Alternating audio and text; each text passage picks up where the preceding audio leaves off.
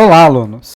Aqui é o professor Ricardo Balbio e hoje nós vamos conversar sobre o PET Volume 2 do segundo ano do ensino médio. Vamos falar sobre as semanas 1 e 2. Então, a função desse vídeo é conversarmos sobre a matéria e conversarmos um pouco sobre as atividades contidas nesse PET. Eu não vou dar as respostas, mas vou indicar os caminhos para que quando vocês forem fazer fique mais fácil. Lembrando que é importante que vocês tentem fazer as questões. Porque somente quando vocês buscam fazer por conta própria que há o aprendizado. Então, ficou com alguma dúvida ainda na hora que está fazendo as questões? Me procura pelos meios oficiais de comunicação da escola, que eu vou atendendo a cada aluno no particular para poder tirar as dúvidas que ainda ficarem. Mas é muito importante ver esse vídeo até o final, que eu tenho certeza que vai ficar muito mais fácil de entender a matéria e fazer as atividades. Então vamos lá. Semana 1 vai falar sobre temperatura e escalas termométricas.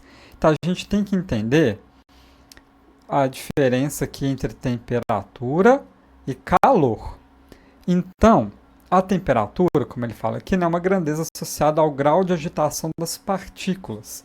Então se você pega, por exemplo, um copo de água que está na temperatura ambiente, né? Então vai estar ali nos seus 20 e poucos graus Celsius.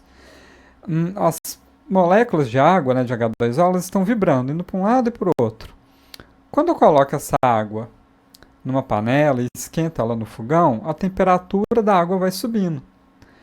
Então imagina que você colocou no fogão, agora a temperatura da água já está ali nos 60 graus Celsius. O que isso indica?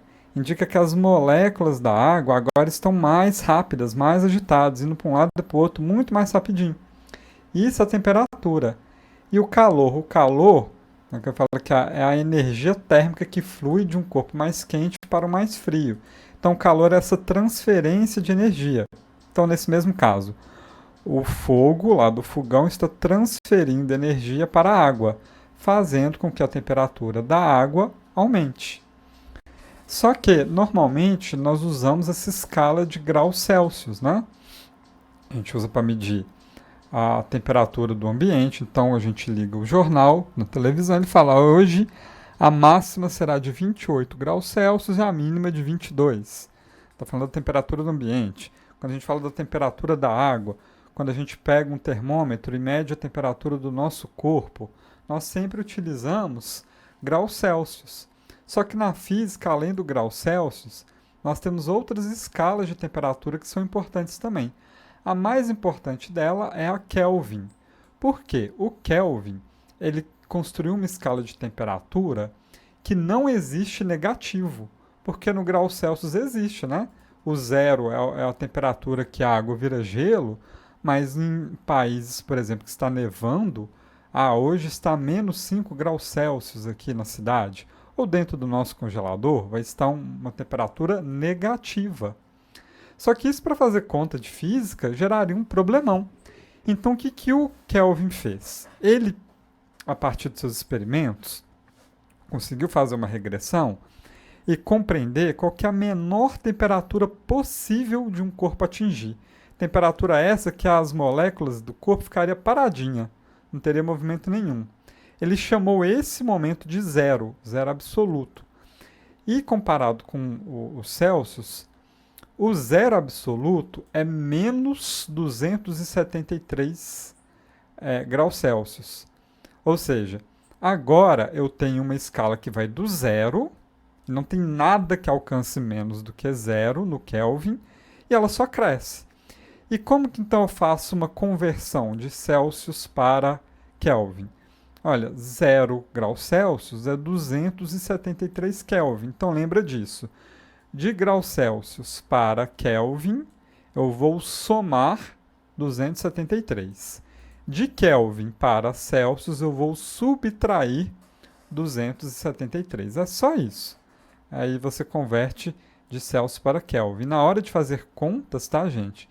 Sempre vai utilizar a escala Kelvin. Então, tome muito cuidado. Então você coloca lá 12 graus Celsius na conta e faz a multiplicação, deu um número, mas na verdade era 12 mais 273. Entende? Então daria 285, né? Então, você está multiplicando lá a conta por 12, na verdade, você tinha que multiplicar por 285. Então, tomem muito cuidado com isso. Existe uma outra escala de temperatura chamada Fahrenheit. Essa é uma temperatura que ela é usada em pouquíssimos locais, principalmente nos Estados Unidos. Então não é uma escala que você vai usar no seu dia a dia e não é uma escala que você vai usar na hora de fazer contas de física. É bom saber que existe, né? Porque às vezes você está assistindo um filme, lendo um livro que se passa nos Estados Unidos, eles falam, Fahrenheit, e você não entende, né? Aqui fica mais fácil quando a gente estuda essa matéria. Tem até um livro muito famoso, que o nome dele se não me engano, é Fahrenheit 451. Então, é legal saber que existe, é legal saber como é que se converte, mas dessas três escalas, com certeza essa é a menos importante, nós não vamos focar muito nela. De todo jeito, aqui está nos ensinando como que faz a conversão. Então, ó, de Celsius, né, e Kelvin, como que faz a conversão? Somar ou subtrair 273, né, dependendo de qual para qual lado você está querendo saber. E com essa formulazinha daqui, ó, você converte de Celsius para Fahrenheit e vice-versa. Então você tem um do valor, você consegue achar o outro. É uma continha mais chata, né? Porque a escala não progride igual Celsius e Kelvin. Mas é só jogar nessa fórmula que você acha. Vai ter uns exercícios pedindo isso, mas no seu dia a dia, na sua vida, é só saber que existe mesmo Fahrenheit. Você não precisa se preocupar tanto com essa escala de temperatura. Inclusive, o pessoal dos Estados Unidos já deveria há muito tempo ter adotado o Sistema Internacional de Medidas e parado de usar essas medidas chatas, tipo polegada, jarda, Fahrenheit, né? Só eles que ficam usando isso e incomodando todo mundo. Então vamos lá. As atividades. 1. Em uma obra, um trabalhador golpeia uma lata de metal usando um martelo para esvaziá-la. Após o movimento, observa-se que a temperatura da lata se eleva bastante. Com suas palavras, justifica o aumento da temperatura da lata devido à movimentação das partículas com o martelo. Justifica os conceitos de temperatura e calor. Gente, se você pegar suas duas mãos e esfregar elas, começa a esquentar, não começa? Por que está esquentando? Porque existe atrito.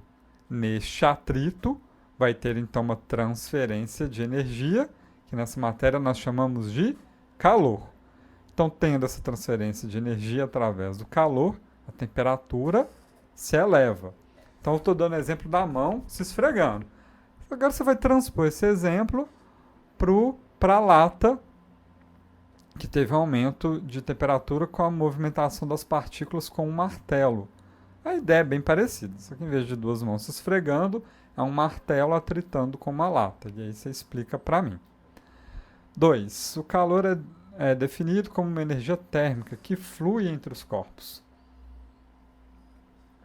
O fluxo de calor entre dois corpos em contato se deve inicialmente a... Então, o que faz esse fluxo de calor entre dois corpos? Aí tá lá, né, a gente viu no texto aqui, ó. Calor é a energia térmica que flui de um corpo mais quente para um corpo mais frio. Então tá no texto, né? Lendo o texto com cuidado, vocês vão conseguir responder isso daqui sem dificuldades. Transformando a temperatura de 25 graus Celsius para a escala Fahrenheit, em seguida convertendo para Kelvin, quais são as temperaturas registradas nas respectivas escalas? Então, tá, a primeira, todos aqui tá a 25 graus Celsius, né? Aí você vai calcular em Fahrenheit. Como que se calcula em Fahrenheit? Ó, 25 graus Celsius, né?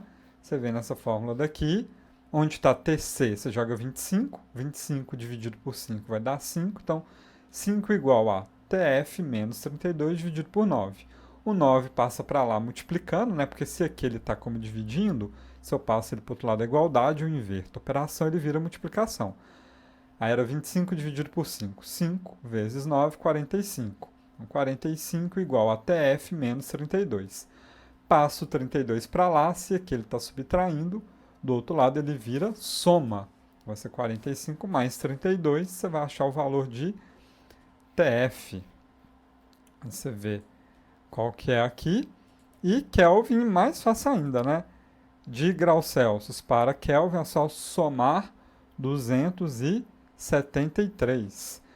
Então, só vai ter uma resposta aqui, onde você vai pegar o 25, somar 273, vai dar o valor em Kelvin. Aí você já consegue marcar. Você nem precisaria fazer a conta do Fahrenheit, na verdade. Mas você pode fazer só para treinar e para dar aquela conferida se está tudo certinho mesmo. Beleza? Então tá. 4. Quando uma enfermeira coloca um termômetro clínico no mercúrio sobre a língua de um paciente, por exemplo, ela sempre aguarda algum tempo antes de fazer a sua leitura. Esse intervalo de tempo é necessário. Então, qualquer lugar, a gente pegou um termômetro, colocou no nosso corpo, a gente já não coloca, deixa um segundinho e olha, a gente deixa aí pelo menos um minuto, né?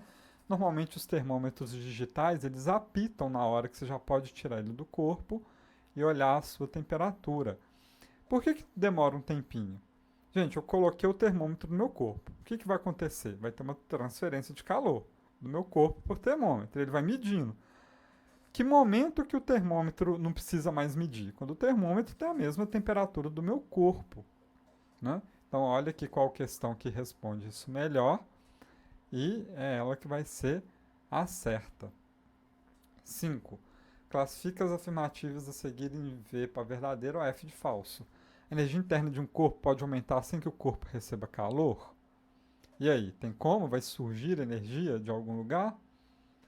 Né? Esfregando as duas mãos uma contra a outra, a temperatura das mãos aumenta devido ao atrito entre a superfície. Mas só até comentei agora há pouco, né? Tá fácil. Podemos confiar somente no nosso tato para medir temperaturas? Por que a gente confiaria? Por que a gente não utilizaria um instrumento, né? E a temperatura de um corpo é a quantidade de calor que ele possui. Lembra que calor é transferência. A temperatura está medindo o quê? Lembra das moléculas agitadas? E 6, e última aqui da semana 1. Escolha a opção que completa corretamente as lacunas do texto. Por muito tempo na história da física, considerou-se que o calor era uma propriedade dos corpos que a possuíam uma quantidade finita. Esse conceito errôneo apareceu no final do século XVIII. Eu sabes que calor é uma forma de... E aí, o calor é uma forma de quê? Né? E, portanto, não tem sentido falar de ter calor contido num corpo, né? Não lembra? Calor é transferência de energia. Então, acha qual resposta aqui que indica isso melhor. Tá, essa semana 1, né? Tranquila aí as questões, sem muita conta. Agora vamos para a semana 2, que vai falar de dilatação.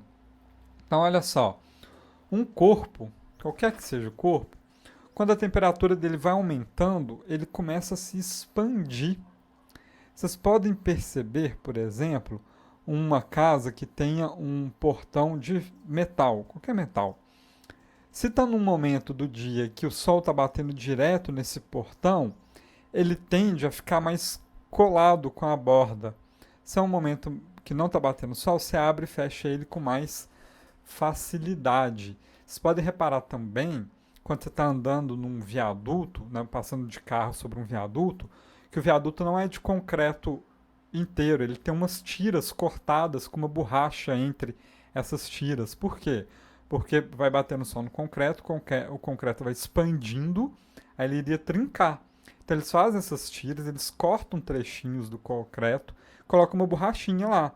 Por quê? Porque aí o concreto vai se expandindo, ele comprime a borracha é elástica, ela permite isso, e aí o viaduto não vai começar a ter trincas. Repare então, quando estiver num viaduto, passando de carro por um viaduto, reparem nessas faixas sem concreto com umas tirinhas de borracha aí, que é o que a gente tem que levar em consideração no dia a dia sobre essa dilatação. Então tem a dilatação linear, eu estou considerando só se um corpo está aumentando ou diminuindo em uma única direção. A dilatação de uma superfície, então, né, aqui, por exemplo, aqui ele dá um exemplo do trilho do trem, né? Eu só estou preocupado mais se o trilho está encurtando ou aumentando. Aqui já eu estou pensando nessa placa toda aqui do telhado, então comprimento e largura. E a volumétrica, né? São os três lados, comprimento, largura e altura. Em todos esses, em todos esses três vai haver um aumento. Claro que dependendo do que eu estou preocupado na minha análise, eu vou analisar tudo volumétrico, a área ou só o comprimento. Como, né? É o caso aqui dele deu os exemplos, esses três exemplos aqui. A fórmula, gente, ela é muito parecida nos três casos. Então, quanto que vai aumentar? Cada material tem um valor diferente, então metal aumenta mais, madeira aumenta menos, que eles chamam, né, então, que vai definir aqui, ó, coeficiente de dilatação térmica. Isso tem a ver com o material do objeto que eu estou analisando. Você tem que saber de cor o coeficiente de dilatação? Não. Ou a questão te dá o coeficiente, ou ele é justamente o que você quer calcular a partir do momento que você tem todo o resto. O comprimento inicial é importante, né, o coeficiente que vem do material e quanto de temperatura ele aumentou. Então, delta é a diferença de temperatura. Esse triângulo aqui a gente chama de delta, uma letra grega, é diferença. Então, a temperatura final menos a inicial. Aí, tanto faz se ela está em Kelvin ou graus Celsius, porque eu pego a inicial, a final, subtruo da inicial, tenho só o delta. Então, aqui, tudo bem. O que eu não posso é subtrair Kelvin de graus Celsius. Tem que estar os dois na mesma unidade. Mas o delta tanto faz, porque subiu ou diminuiu, vamos supor, 10, 15, 20. Tanto faz foi Kelvin ou graus Celsius. Tá? E aí você vai saber o quanto de comprimento que teve. Aí, olha, tá vendo aqui? Na área a mesma coisa? É a área inicial vezes esse coeficiente, vezes o ΔT. E volume, mesma coisa. Volume inicial, coeficiente, ΔT. Tá? A fórmula é igualzinha. Só muda o quê? Você está analisando comprimento, área ou volume. Aí é sempre o inicial vezes o coeficiente vezes ΔT. É uma fórmula simples. 1. Uma bobina contendo 2.000 metros de fio de cobre teve seu comprimento medido. Comprimento. Então a gente está lá no ΔL. Em um dia que a temperatura era de 35 graus Celsius, temperatura inicial. Se o fio for medido de novo em um dia da temperatura seja 10 graus Celsius, essa nova medida indicará e o coeficiente é esse daqui. Ó. Então, alguns pontos importantes. Aqui já está em metro, Sistema Internacional de Medidas, beleza, não precisa mudar nada. 35 menos 10, ou 10 menos 35, né? 25. Que é menos 25, né? Porque, veja, a temperatura diminuiu, então ele vai contrair. Então, temperatura final 10 menos 35 vai dar menos 25, vai achar um valor negativo. Ele não expandiu, ele comprimiu. Beleza.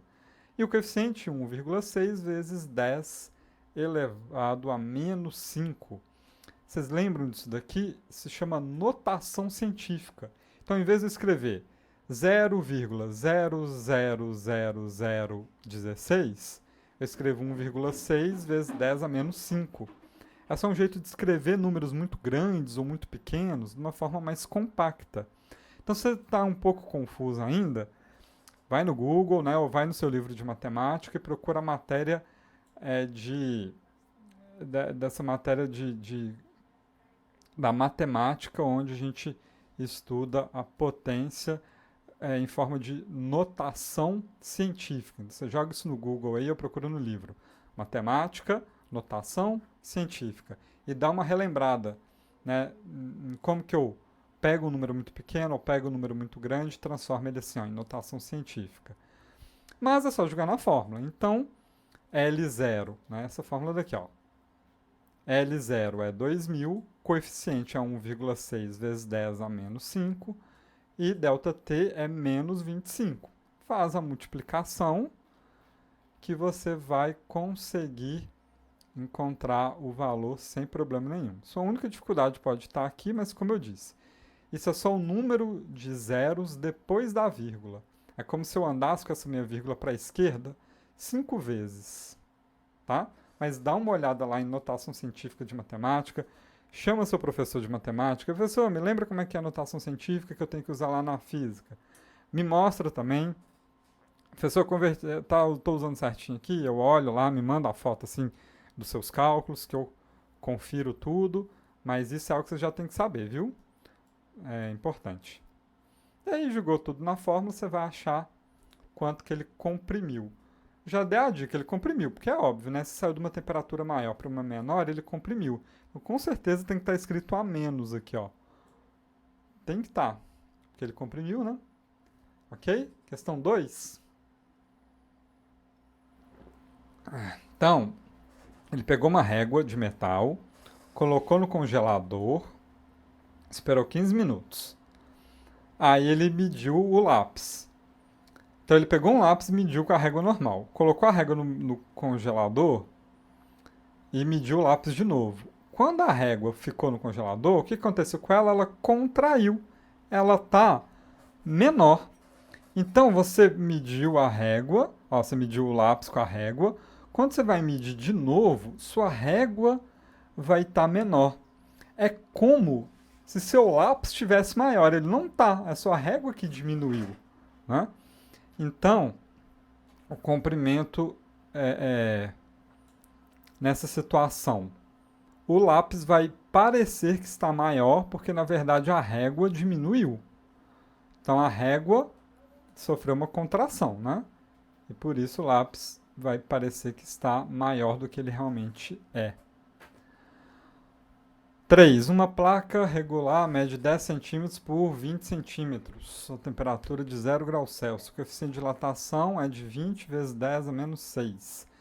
Determine a área da placa, a variação da área e a área que a chapa tem a temperatura de 50 graus Celsius. Olha, aqui está em centímetro, né? Então, você pode fazer duas coisas. Você pode converter tudo para centímetro, tá? E converter tudo para metro, e a resposta vai estar em metro. Ou você deixa em centímetro, e aí, por exemplo, a área vai ser em centímetro quadrado. A variação vai estar em centímetro. Porque a gente está usando coeficiente e temperatura, variação de temperatura.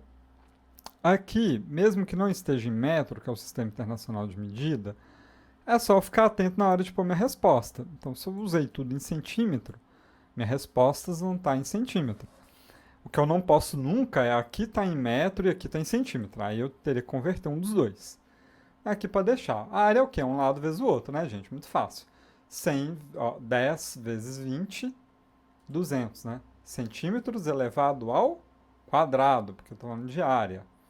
A variação, olha só, 50 menos 0, 50. Então, meu ΔT é 50. Meu A é 20 vezes 10 a menos 6. Minha área inicial é 200 centímetros quadrados. Então, olha aqui. O ΔA que eu quero descobrir é 200 vezes aquele lá, como é que é? 2 vezes 10 a menos 6 vezes 50. Só jogou na fórmula aqui, você vai achar seu ΔA em centímetros quadrados. E, por fim, a área que a chapa tem, a temperatura, a área total, né? Então, o que é a área total? É a área inicial mais o ΔA, mais o tanto que ela aumentou. Aí é a área total dela aqui na letra C, tá? Porque nessa fórmula eu descubro só o tanto que ela aumentou. Mas qual que é o total? É o tanto que ela tinha mais o tanto que ela aumentou. Ok? E 4 aqui, ó. De acordo com a variação de volume sofrido por uma esfera de um determinado material que teve sua temperatura aumentada em 70 graus Celsius, aumentado. Então eu não sei o valor inicial, eu não sei o valor final, mas eu sei que aumentou em 70. Então isso aqui já é meu ΔT. O volume inicial dela era de 125 centímetros cúbicos e o coeficiente é 60 vezes 10 a menos 6. Quanto que é o meu ΔV? Gente, só jogar na fórmula, tá moleza. Aqui, ó, ΔV vai ser igual ao inicial, que é 125, vezes 6, okay?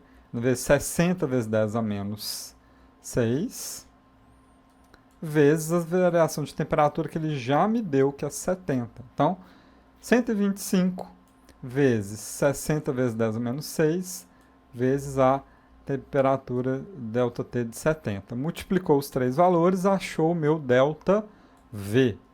Só jogar esses três valores naquela fórmula, multiplicá-los, que você acha isso daqui. Muito fácil. Novamente, a única dificuldade pode estar aqui na notação científica, que você pode até, assim, você pode jogar isso direto assim na calculadora, ou você pode converter, né? Se a gente fizer aqui, ó, rapidão, quantos casos ela tem que andar? 6, né? Ela está no 60, ó. 1, 2, 3, 4, 5, 6. Olha o que daria. 0,00006. É a mesma coisa eu escrever 60 vezes 10 a menos 6, ou eu escrever 0,00006. Então, 0,406. A mesma coisa, tá, gente? Última questão. 3 potes de cerâmica estão encaixados um dentro do outro, sendo eles ABC, conforme mostrado na imagem ao lado. Indique quais potes podem ser aquecidos e quais podem ser resfriados para separá-los. Então, olha só, imagina que os 3 estão grudou. Aí, ixi, agora não sai. Aí eu posso esfriar um, aquecer outro para soltar. Então, olha só. Se eu esfrio o A, ele diminui. Aí ele solta do B. Aí eu soltei o A do B, eu poderia esfriar o B e soltar do C. Mas eu não consigo esfriar. C é difícil, né? Eu posso pôr no fogo. Então eu faço o contrário, ó. Eu esquento o C, ele aumenta, eu tiro o B e o A. Aí eu esquento o B, ele aumenta, eu consigo tirar o A. Então, se eu for esfriando, eu começo do A até o C. Se eu for esquentando, eu começo do C até o A. Ok? Só isso daí. Então tá, ó, aqui termina a semana 2. Então vamos parar nosso vídeo só com essas 2 semanas. Posteriormente eu vou gravar outros vídeos comentando as próximas semanas, né? Mas não vai ficar um vídeo muito gigante, vai ficar até difícil de usar ele, né? Colocar o link lá, então é melhor dividir em pequenos vídeos. Lembrando novamente, se você está fazendo os exercícios, ficou com alguma dúvida, entre em contato comigo, tá? Pelos meios oficiais de comunicação que a escola oferece. São exercícios simples aqui, você viu que mesmo os que tem muita conta, é só jogar na fórmula, fazer multiplicação, tá muito fácil, muito tranquilo, essas atividades, ok? Então é isso, pessoal, muito obrigado e até a próxima!